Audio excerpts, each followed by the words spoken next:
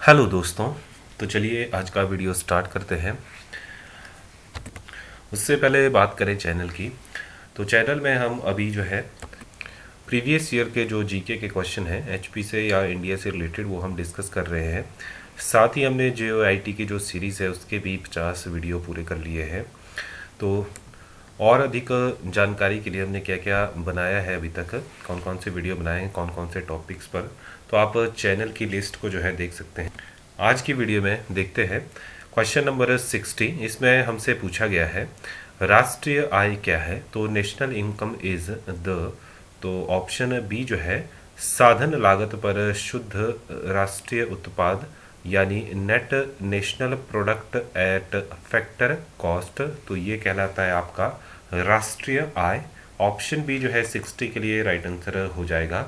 या ये ऐसे भी दिया होता है ऑप्शन में, आपसे पूछा होगा what do you mean by national income, तो ऑप्शन में 4 ऑप्शन दिए होंगे और उसमें the value of goods and services produced by country during a financial year, यानी एक फाइनेंशियल यानी एक वित्तीय वर्ष में जितने भी गुड्स जो कि सामान है और सर्विसेज हैं आपकी इसके अलावा वो प्रोड्यूस की जाती हैं एक देश द्वारा एक फाइनेंशियल ईयर में, तो वो कहलाती है आपकी नेशनल इनकम। तो यहाँ ये दूसरे तरीके से पूछा गया है net national product at factor cost, option B same ही है, इसका राइट आंसर हो जाएगा साधन लागत पर शुद्ध राष्ट्रीय उत्पाद। 60 का भी राइट ऑप्शन था, या कुछ इस तरह से भी इसकी जो था ऑप्शन हो सकता था। The sum of all final goods and services produce in a country within a financial year, तो जितना भी कुल फाइनल गुड्स है जो सामान है और सर्विसेज है इसके साथ साथ एक कंट्री में जो प्रोड्यूस की जाती हैं एक साल में, वो कहलाती है आपकी नेशनल इनकम। नेक्स्ट देख लेते हैं the universal law of gravitational is attribute by, तो एट्रीब्यूटेड बाई यानी गुरुत्वाकर्षण का सार्वभौमिक नियम प्रतिपादित किया गया था किसके द्वारा, ऑप्शन सी जो है न्यूटन, इसके लिए राइट आंसर हो जाएगा। तो जो न्यूटन का लॉ है ग्रेविटी का उसको हम यूनिवर्सल मानते हैं, कंसीडर करते हैं, क्योंकि ये माना जाता है it is believed to be applicable to the entire universe, की ये सारे यूनिवर्स पे ब्रह्मांड पे जो है एप्लीकेबल होता है। और इनका पूरा नाम जो था सर आइजैक न्यूटन इनका पूरा नाम था, आप सभी जानते भी होंगे। इनका जन्म जो था 25 दिसंबर को हुआ था, यानी एक जो क्रिसमस डे होता है उसके दिन 25 दिसंबर 1642 को इनका जन्म हुआ था, जबकि 4 जनवरी 14 माफ़ कीजिए 1643 को जो है इनके माफ करेंगे 25 दिसंबर 1642 को इनका जन्म हुआ था, जबकि इनकी मृत्यु 20 मार्च को 1727 में लंदन में हुई थी। ये एक फिजिस्ट थे, मैथमेटिशियन थे, और लॉ ऑफ ग्रेविटेशन तो आप सब ने पढ़े होंगे। चलिए नेक्स्ट देख लेते हैं 62। अच्छा, ऑप्शन में गैलीलियो का नाम भी है, ऑप्शन ए। तो गैलीलियो गैलीली इन्होंने ये जाने जाते हैं he was the first to report telescopic observation of mountain on moons, तो इन्होंने टेलीस्कोप के आविष्कारक माने जाते हैं। तो गैलीलियो गैलीली जो थे टेलीस्कोप के आविष्कार के लिए गैलीलियो गैलीली जो थे दुनिया भर में प्रसिद्ध हुए। गैलीलियो ने लगभग 200 टेलीस्कोप जो थे बनाए थे और उन्हें बाद में जो है विभिन्न शिक्षण संस्थानों को खगोलीय प्रेक्षणों के लिए जो था दान कर दिया था। और जो कहते हैं कि बृहस्पति के जो जुपिटर है बृहस्पति उसके 4 जो चंद्रमा है उनका पता भी जो है सबसे पहले गैलीलियो गैलीली ने ही लगाया था। इसके अलावा चंद्रमा और शुक्र के सन स्पॉट जो है उसकी जो खोज उसका पता जो था वो भी गैलीलियो गैलीली द्वारा लगाया गया था, ऐसा कहते हैं। केपलर की बात करें तो केपलर ने सिर्फ यही खोज नहीं की थी कि सूर्य के गिर्द जो है ग्रहों का जो परिक्रमा है उसका जो मार्ग है वो अंडाकार है। इसके अलावा उन्होंने यह भी खोज की थी जो कि जो ग्रह हैं अपनी परिधि में घूमते हैं, परिक्रमा करते हैं, तो इसमें इसमें जो है हर ग्रह की गति में निरंतर परिवर्तन देखने को मिलता है। तो ये चीज़ भी जो है आपकी केपलर ने ही पता लगाई थी। जबकि बात करें अल्बर्ट आइंस्टाइन की यानी आइंस्टाइन की, तो इनका जन्म 14 मार्च 1879 को हुआ था, जबकि 18 अप्रैल 1955 को इनकी मृत्यु हो गई। ये विश्व में सैद्धांतिक भौतिकवाद जो थे प्रसिद्ध एक फिजिसिस्ट थे, और 1921 में जो था एल्बर्ट आइंस्टीन को नोबेल पुरस्कार दिया गया था। और ये जो था law of photo electric effect के लिए इन्हें दिया गया था, और ये फिजिक्स में दिया गया था 1921 में इन्हें। चलिए आगे बढ़ते हैं। किसी निकाय द्वारा उसके गति के गुण द्वारा धारित ऊर्जा है। The energy possessed by a body by virtue of its motion is. Option B kinetic energy यानी गतिज ऊर्जा। इसके लिए राइट ऑप्शन हो जाएगा। फिजिक्स से आप क्वेश्चन देख सकते हैं, तो आपको ऐसे क्वेश्चन भी देखने को मिलते हैं। जो ये हम क्वेश्चन पेपर डिस्कस कर रहे हैं वो जो आपका कंडक्टर भर्ती के लिए ये क्वेश्चन पेपर है, और जो 2000 आई थिंक 17-18 में जो भर्ती हुई थी उसका ये क्वेश्चन पेपर हम डिस्कस कर रहे हैं। तो चलिए 62 का भी यहाँ पर राइट ऑप्शन था। 63 की तरफ बढ़ते हैं। इसमें देख लेते हैं। पदार्थ की भौतिक गति के द्वारा ऊष्मा का स्थानांतरण कहलाता है। तो ऑप्शन बी राइट आंसर है संवहन। तो the transfer of heat by the physical movement of matter is called. तो जो ट्रांसफ़र है हीट की, जो फिजिकल मूवमेंट की तरफ की वजह से होती है मैटर में, तो उसको कहा जाता है कन्वेंशन। ऑप्शन बी कन्वेंशन जो है, माफ कीजिए कन्वेक्शन जो है राइट आंसर है 63 के लिए, याद रखेंगे आप। आगे है, हमसे पूछा गया यहाँ पर the Audible range for human ear is. तो जो मनुष्य के कान है, मानव के कर्ण की स्वर्ण परास है, यानी जो ह्यूमन ईयर्स हैं वो ऑडिबल हैं किस रेंज तक हमारे कान जो हैं सुन सकते हैं। तो ये आप याद रखेंगे 20 हर्ट्स। हर्ट्स में एच जो है हर्ट्स में ये यूनिट है। 20 हर्ट्स से 20,000 हर्ट्स तक जो है ह्यूमन ईयर जो है उनकी रेंज है सुनने की, Audible range for human ears.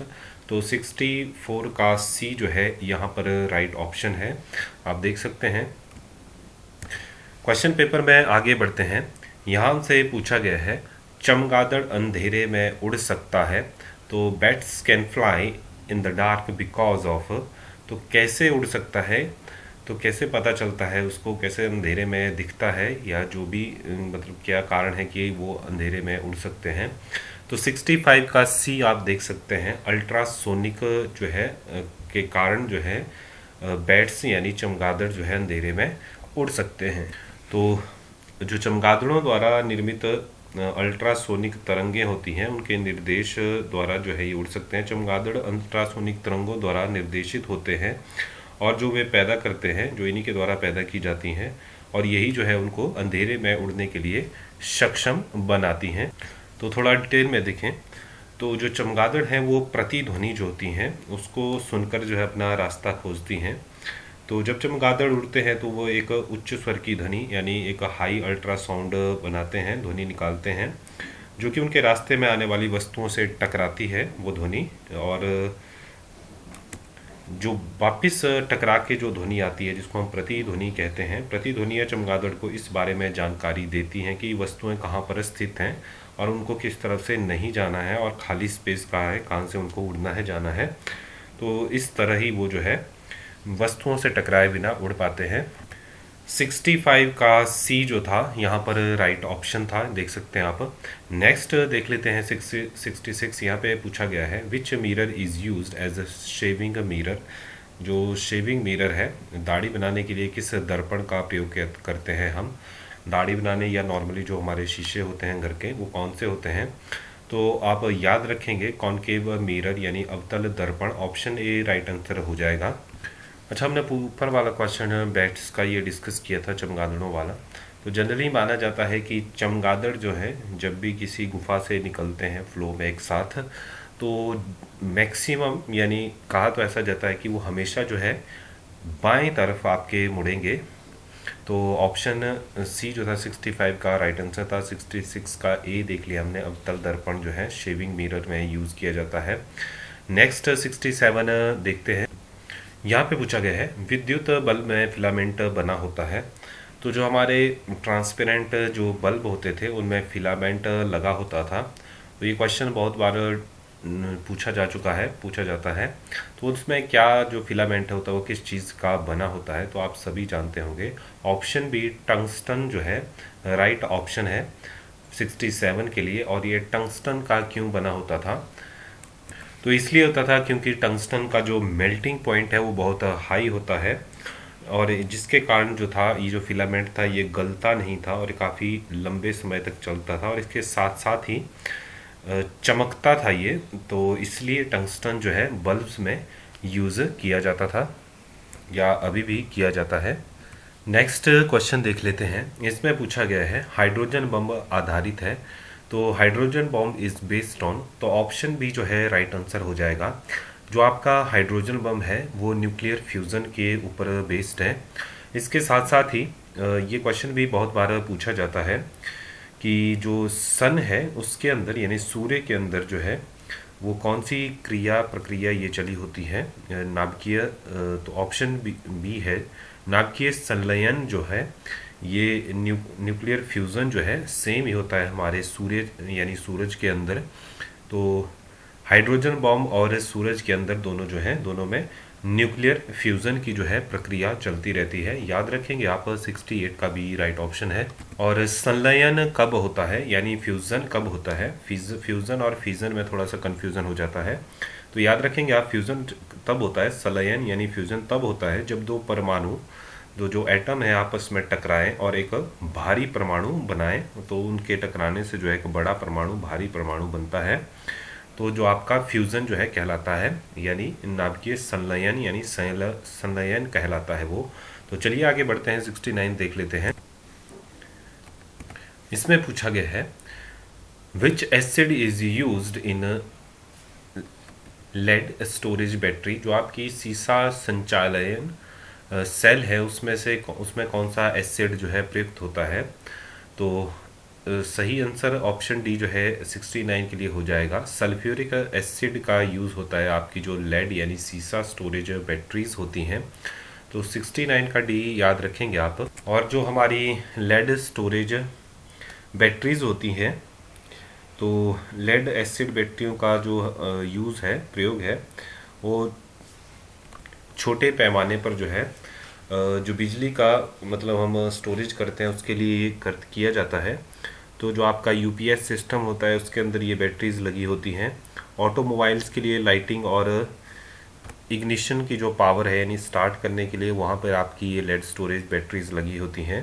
तो जो आपकी सल्फ्यूरिक एसिड की बैटरीज होती हैं इसमें दो इलेक्ट्रोलाइट्स होते हैं, जो दो इलेक्ट्रोड होते हैं जो कि सल्फ्यूरिक एसिड के इलेक्ट्रोलाइट्स में डूबे होते हैं। तो ऐसी कुछ संरचना होती है कि दो इलेक्ट्रोड होंगे जो कि सल्फ्यूरिक एसिड के इलेक्ट्रोलाइट्स में डूबे होंगे। चलिए आगे बढ़ते हैं, देखते हैं अगला क्वेश्चन। ब्लीचिंग पाउडर इज़ तो ये क्वेश्चन भी बहुत बार रिपीट होता है। तो ब्लीचिंग पाउडर क्या है आपका, कैल्शियम ऑक्साइक्लोराइड।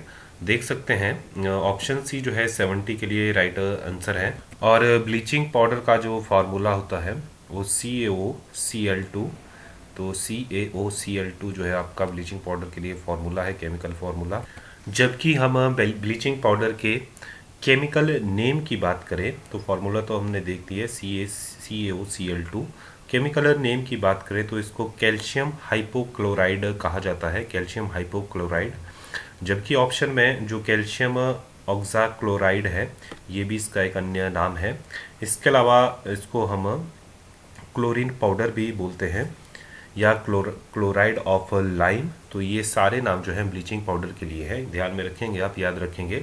71 की तरफ बढ़ते हैं।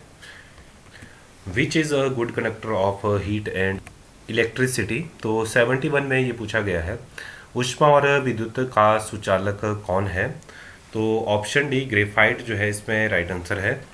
4 ऑप्शन है, चारों में से आप ग्रेफाइट ऑप्शन डी याद रखेंगे। ग्रेफाइट जो है इनमें से गुड कंडक्टर ऑफ हीट और इलेक्ट्रिसिटी यानी विद्युत और ऊष्मा का सुचालक है ग्रेफाइट सबसे अच्छा। 72 देख लेते हैं। कांसा है एक, तो इसमें कांसा क्या है यानी ब्रॉन्ज क्या है, तो एक ऑप्शन बी केमिकल कंपाउंड है। एक्चुअली जो आपका ब्राउन्स है ये दो एलिमेंट का मिक्सचर है, इसलिए हम इसको जो है कंपाउंड बोलते हैं। आपका ब्रॉन्ज है, इसमें कॉपर और टिन जो है ये दोनों मिले होते हैं। कॉपर और टिन को मिलाकर आपका ब्रॉन्ज बनता है। ये दोनों मेटल हैं आपके, कॉपर और टिन, और इसलिए जो है ब्रॉन्ज है कि ये केमिकल कंपाउंड है। तो bronze is not a pure substance, bronze एक प्योर सब्सटेंस नहीं है। तो याद रखेंगे केमिकल कंपाउंड है। 72 का भी राइट आंसर है। अगला क्वेश्चन हमसे यहाँ पूछा गया है, इसमें है glass is the best described as an. तो कांच श्रेष्ठ वर्णित है। तो जो आपका ग्लास या कांच होता है वो किस श्रेणी में आता है, ये पूछा गया है यहाँ पे। तो एक अति शीतित द्रव के रूप में, यानी सुपर कूल्ड लिक्विड हम बोल सकते हैं कांच को। तो ऑप्शन सी जो है 73 के लिए राइट आंसर हो जाएगा। कांच आपका क्या है, एक सुपर कूल्ड लिक्विड, यानी एक अति शीतित द्रव। तो आपका जो शीशा होता है, कांच होता है, वो एक द्रव होता है एक तरह से देखा जाए तो, पर सुपर कूल्ड होता है, इसलिए हम उसको सॉलिड की कैटेगरी में रखते हैं। तो सॉलिड बोलते हैं, लेकिन वो कैटेगरी उसकी सुपर कूल्ड लिक्विड में आएगी। चलिए नेक्स्ट देख लेते हैं 74। इसमें पूछा गया है, इसमें से कौन सा संश्लेषित बहुलक है which is a synthetic polymer. तो इसमें से सिंथेटिक पॉलीमर है आपका नाइलोन। 4 ऑप्शन दिए गए हैं, ग्लाइकोज, स्टार्च है, कपास है और नाइलोन है। तो इसमें नाइलोन आपका एक सिंथेटिक पॉलीमर है। 74 का ए राइट आंसर है, याद रखेंगे आप। चलिए नेक्स्ट क्वेश्चन देख लेते हैं 75। इसमें हमसे पूछा गया है which is not a true snake. इसमें से कौन सा एक वास्तविक सर्प नहीं है। तो 4 ऑप्शन दिए गए हैं, ब्लाइंड स्नेक, रटल स्नेक, सी स्नेक, ये आपके स्नेक है, ट्रू स्नेक है, एक वास्तविक सर्प है, और कौन सा नहीं है, ग्लास स्नेक, यानी कांच गोधिका जो है यहाँ पर दिया गया है, ये आपका एक ट्रू स्नेक नहीं है। याद रखेंगे आप। 75 का डी जो है राइट ऑप्शन है। नेक्स्ट 75 की तरफ, माफ कीजिए 76 की तरफ बढ़ते हैं। इसमें हमसे पूछा गया है बेरी बेरी किस रोग, किस विटामिन की कमी से होता है। तो बेरी बेरी जो है ऑप्शन बी जो है राइट, माफ कीजिए विटामिन बी जो है राइट ऑप्शन होगा बेरी बेरी के लिए। जो बेरी बेरी रोग है वो विटामिन बी की कमी से होता है। यहाँ पर विटामिन बी नहीं दिया गया है, तो इसलिए यहाँ पे none of these option D tick किया गया है। और विटामिन बी यानी B1 जो है, एक्चुअल विटामिन B1 याद रखेंगे आप, विटामिन B1 की कमी से जो है उत्पन्न कुपोषण जन्य रोग है एक ये। तो बेरी बेरी का अर्थ है कि चल नहीं सकता, यानी उसमें चलने में दिक्कत होती है। और जिस क्षेत्रों में, जहाँ पे भी दुनिया में जिस क्षेत्रों में चावल जो है मुख्य आहार होता है, वहाँ ये रोग जो है विशेष रूप से देखने को मिलता है। मतलब चावल जहाँ पे ज़्यादा खाए जाते हैं वहाँ पे ये रोग जो है थोड़ा ज़्यादा देखने को मिलता है कंपैरिजन में दूसरे क्षेत्रों के। इसके अलावा विटामिन B1, या जिसको हम थाइमिन भी बोलते हैं, तो थाइमिन की कमी से बेरी बेरी तो होता ही है। इसके साथ ही मनोभ्रंश, अल्जाइमर, कैंसर और चयापचय रोग जो है ये हो सकते हैं, चयापचय रोग। तो आगे देखते हैं इसमें, और बात करें विटामिन ए की, तो विटामिन ए की कमी से जो है आपको कौन सा रोग हो सकता है। तो रतौंधी इसके लिए राइट आंसर होगा। कई बार ये क्वेश्चन में पूछा जाता है कि विटामिन ए की कमी से कौन सा रोग होता है, या रतौंधी रोग किस विटामिन की कमी से होता है, तो याद रखेंगे आप। और रतौंधी जो है आपका आंखों का एक रोग है। आंखों में रतौंधी, रात में दिखाई देने में मुश्किल, जिसको रात को दिखाई देने में मुश्किल होती है उसको रतौंधी की शिकायत होती है, रतौंधी रोग की। आंखों के सफ़ेद हिस्से में धब्बे या कॉर्निया सूख जाना, ये सारे जो है रतौंधी के कारण होते हैं जो रोग है, और ये रतौंधी रोग जो है विटामिन ए की कमी से होता है। बात करें विटामिन सी की कमी से, तो जो स्कर्वी आपका रोग है, स्कर्वी रोग जो है विटामिन की सी की कमी से कई लोगों में देखने को मिलता है। इसकी वजह से मरीजों में कमज़ोरी, थकावट, दांतों का ढीला होना, कमज़ोर नाखून, जोड़ों में दर्द, बाल झड़ने जैसी समस्याएं हो सकती हैं। तो विटामिन की सी की कमी से जो है स्कर्वी रोग हो सकते हैं।